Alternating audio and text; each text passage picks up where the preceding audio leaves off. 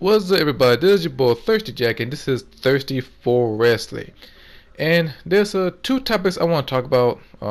This one is about the match, like which match is better than the other match, and my thoughts on Samoa Joe and the main roster, and should I be concerned? But first off, the gameplay I'm gonna show you is GTA Online. I'm playing this special vehicle mission. Okay, let's get straight to the point. I've been looking up this site WrestlingInc.com, and they've been talking about is AJ Styles versus John Cena match is better than Okada and Kenny Omega match. I've seen both matches, Wrestle Kingdom 11 and John Cena AJ Styles match. And before I give my thoughts on that one, this is what people are thinking. You got people saying Okada and Omega match better than John Cena. This comes from the IWGP Heavyweight Champion himself, Okada. And you got the former WWE star Bubba Ray Dudley saying that AJ Styles and John Cena match better than Okada and Omega match. Saying psychology, selling, staying in ring, no gimmicks, pure championship match. And I'll scroll down and see if it was on Twitter, and they voted. You got 62% saying that John Cena versus AJ Styles was better than Kenny Omega and Okada. This is where I'm going to turn heel. If you think that John Cena versus AJ Styles match was better than Okada and Kenny Omega, you lost your fucking mind. Ain't no way in hell that bullshit match was better than Okada. Let me tell you the reason why the Kenny Omega and Okada match was so fucking better than John Cena and AJ Styles. It's in the fucking Wrestle Kingdom. And plus, Okada and Kenny Omega, and correct me if I'm wrong, this is the first time they first met. It's fresh, it's brand new, and the way they sell it, it tell a much better storyline than that bullshit John Cena match. And when you watch it, you are emotionally invested into the match. And I was rooting for Kenny Omega to win the title because the build up was so important all the way back to G1 Climax when he won the whole thing and he was gunning for the title. He put his heart and soul into it. They fought in the ring, outside the ring. Kenny Omega went through the fucking table. Meanwhile, the John Cena AJ Styles match, it was purely none. It was straight up none. Like, the match was okay, but it's one part. I know I'm not the only one who felt this way. In one part, when John Cena gave AJ Styles a toss over his head, throw him over his head, it looked awkward. It looked cringe worthy the way it looked. And the way John Cena, throw a punch, the way it just looked unworthy. And there was no storytelling. It's kind of like, okay, is he look about to turn heel or not? And just like, okay, that type of way. But when you look at Kenny Omega and Okada, I've seen Okada be in the main event. You can feel the passion. I've seen Kenny Omega wrestle, even for the Intercontinental Championship, even for the IWGP Junior title. You know he put all that work into the ring. With these two guys, Okada and Omega, the selling was on point. They were working on the damn knee, so many shots, so many finishers. They were going for that one shot kill move, and the match was dead over. Your energy was drained from it because you was like emotionally rooting for either one of them. If you were a fan of Okada, you prefer the same things. Vice versa with Kenny Omega. But WWE, everybody hating John Cena. Nobody give a fuck about John Cena except for little kids and some people and half adults. But the rest of it, everybody riding with AJ Styles. Everybody love AJ Styles. And plus, people want to see AJ Styles being in WrestleMania. But nope, they give it to John Cena because they want to break Ric Flair's record or tie the Ric Flair record. It was pretty much obvious versus to this guy deserved it. He deserved a push. He deserved, not a push, he earned his way and gunning for the title. But Kenny Omega, I wasn't come up short, but he fought hard. But Kenny Omega was a better man outcome. And both fans rooting for Okada and other fans rooting for Kenny Omega. WWE, they're rooting the shit out of John Cena. Not Cena, excuse me, AJ Styles. They don't give a fuck about John Cena. That's a big difference. So I can't believe that 62% vote for John Cena and AJ Styles. And the people who say the Kenny Omega Okada match was not okay because they didn't sell that much, fuck you. That's what I gotta say from that. I'm a hardcore wrestling fan. I see some good matches, and people say, "Oh, this is the best John Cena matches." To be honest, no, it wasn't. The best match I've seen from John Cena, in my opinion, I would have to say Edge and John Cena TLC match and Unforgiven for the WWE Championship. That's one of the best matches I've seen so far. But other than that, booty, not booty, ass. It was ass. That's what I gotta say from that shit. And I know any people say, "Oh well, John Cena work hard." Yeah, but it sometimes is predictable and sometimes it's shitty. Except for the SummerSlam match. Because WWE, they ain't that dumb sometimes. Because you know us fans, we take this shit real seriously.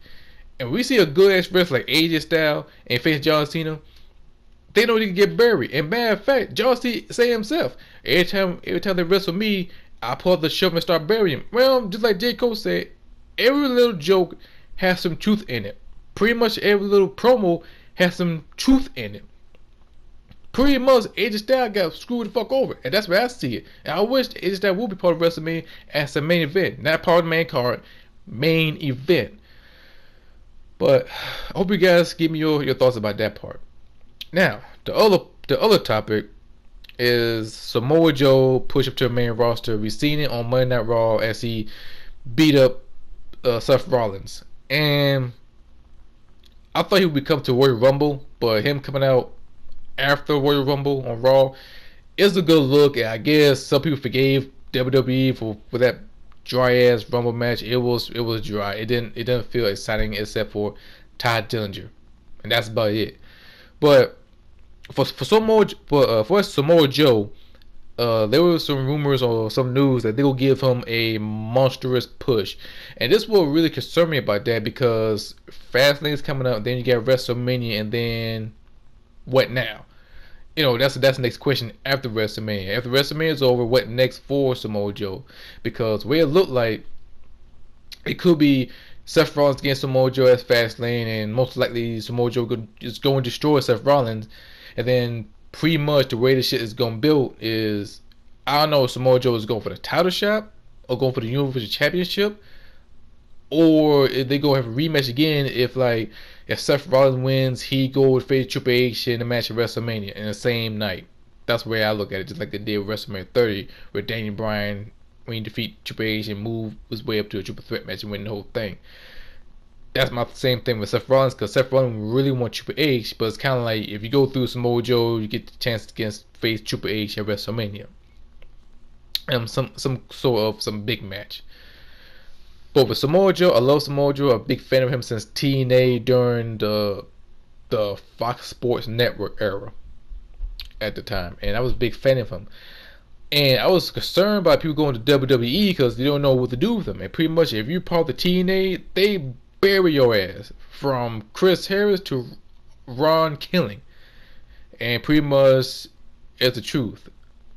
But what I saw from Samoa Joe from NXT, two-time NXT champion, and move up to a main roster and give him a monster push. And my main concern is he going to be a main eventer or they move too fast? Because I remember they did the same thing with Kevin Owens, and we thought he could be the next big guy, next big thing, but he almost stuck to a mid card level until after the brand split, at which that really saved Kevin Owens. After that brand split, he moved up, become the Universal Champion, and to be honest, he's a good champion. But for Samoa Joe, we don't know what's going to happen, because I don't think he will face John Cena unless there's an inter-promotional match, which that makes more sense. And plus, I miss those inter-promotional match days back in the Ruthless Aggression era. But for Samoa Joe, I hope they keep the momentum going. And plus, you got Finn Balor. So if they see that feud between Finn Balor and Samoa Joe, I think it will look great. I'd love to see that shit happen one more time again. But when the draft comes up after WrestleMania, we may see Samoa Joe go to SmackDown. We may see him stay with Raw one way or another. And my main concern is I hope they don't ruin him. I hope they don't push him down the main card after WrestleMania. I think he'd be one of these guys to be a main event guy and hopefully gunning for the Universal Championship or gunning for the WWE Championship, because he's a great talented guy, great wrestler, and he will be the most loved wrestler of all time in WWE because they know him, just like how they did with AJ Styles when he come through, and people enjoyed him and loved him as well. So that's my main concern about Samoa Joe. I'm sure he would do great in the main roster.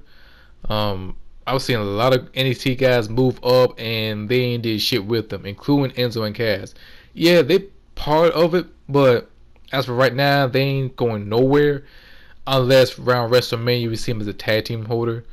Same thing with the club, and about time they hold a tag team title because they just, man, just, I won't say treat them like shit, but just like the way they book them. Before as Raw side, I mean, they book people differently.